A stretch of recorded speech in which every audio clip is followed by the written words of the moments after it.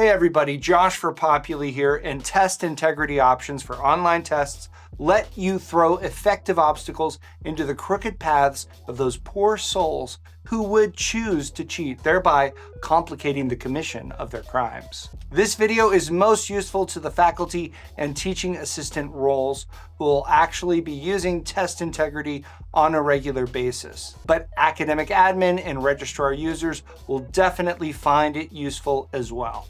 This is different than some of our tutorials because setup is really easy, but there's a lot of other stuff to explain. Let's get straight to that setup. So on a course, on the assignment tab, as you're adding an assignment, with the type dropdown set to test, you get these options down at the bottom. These options also exist for already created tests. On the left, click into tests, and then into any test for which you'd like to change this. Over on the right, down at the bottom, you'll find the integrity controls. You can click on that text and then check the boxes for any controls that you'd like to activate and save. As with other controls on a test, you can use exceptions to turn these off and on for specific students in the course. Once you've checked those off, diggy-do. The integrity controls are active on that test. The best way to see what this does is from the student's perspective. Let's see it. We'll start on the Tests tab. If you have the webcam monitoring turned on for any test on a given course, students get this little option over on the right. They can test their webcam. When they do that, they'll get a pop-up asking whether or not they want to allow your instance of Populi access to the webcam. Depending on the browser that they use, students will get different options for this prompt. Ultimately, in whichever browser, they'll be choosing to allow Populi to use their webcam while they're taking tests. When they choose to allow Populi to access their webcam, they get that little preview there.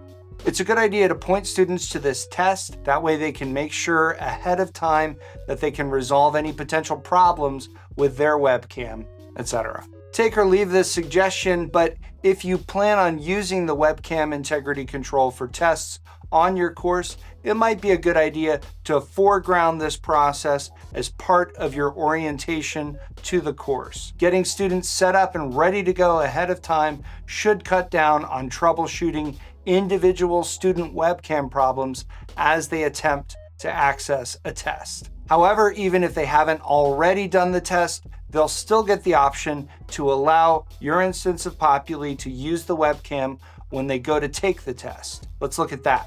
When a student clicks Take Test for a test with active integrity controls, they pass through to this screen. Clicking Enable Webcam here will prompt the student to allow your instance of Populi to use their webcam during the test. If they have already allowed webcam access, clicking Enable turns the webcam on. If they don't choose to enable the webcam and allow it, they can't start the test.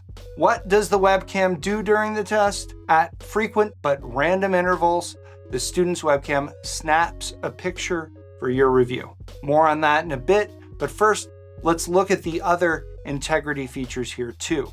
For full screen viewing, when the student enables this, the browser in which they're taking the test is automatically bumped up to full screen like we saw, and in order to continue taking the test, the student has to keep the browser in full screen mode. The last one is pretty straightforward. If your test has any text input type questions, Populi tracks instances in which a student pastes text into those answer fields. I've enabled the webcam and full screen viewing, so now I can start the test. I'm going to drop out of the full screen mode.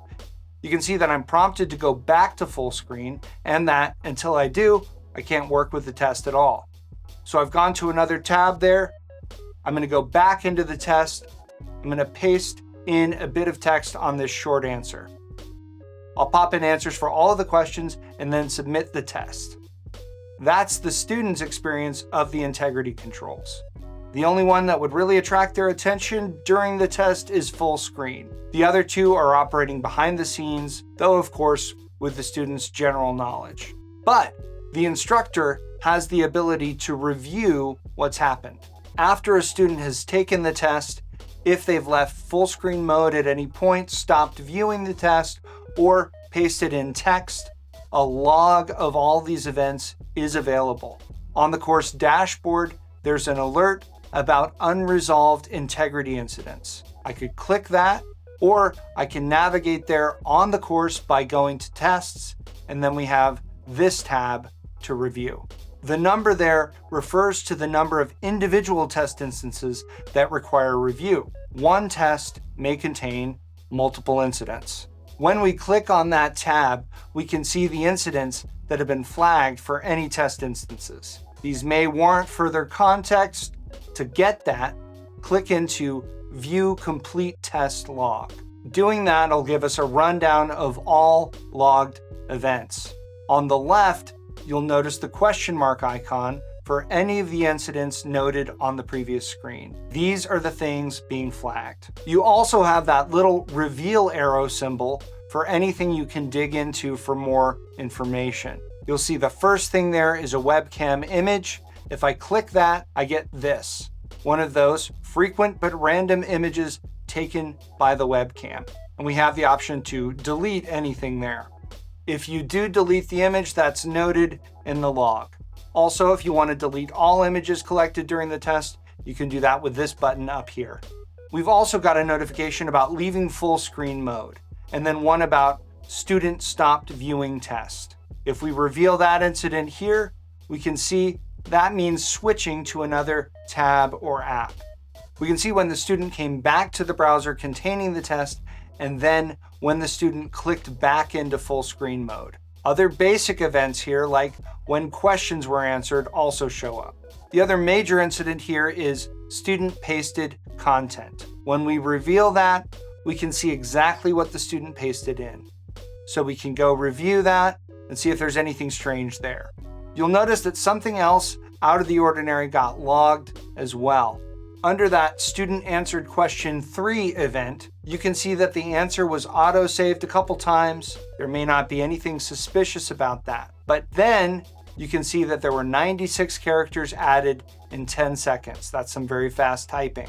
Of course, that's when we copied text in, which has already been flagged, but it's worth noting that there's some granularity that you can see in the logs.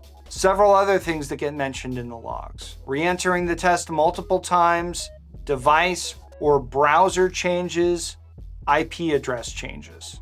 Once you've had a look, if you've decided that everything is above board and you no longer want to keep the student's test instance flagged, up here on the right, you can click Mark Reviewed. It's good to know that if you go to the test and then to history, we have a column for incidents. These would be all incidents for each instance of a test that has not been marked reviewed. So once we mark a test as reviewed, those incidents no longer show up in that column. They're considered cleared, but they're not completely gone. If we click into the historic test using the timestamp here, we can see the initial number of incidents, and then we can get back to the integrity log that way.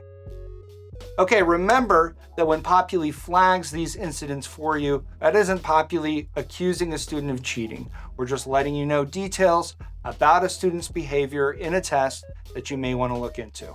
A great way to keep up with updates and improvements to Populi as a software is via our weekly release notes. Those go out on Friday and you can follow them in our knowledge base. To do that, when you're logged into Populi, click on Help in the upper right-hand corner, click Search the Knowledge Base, then click Release Notes and Announcements.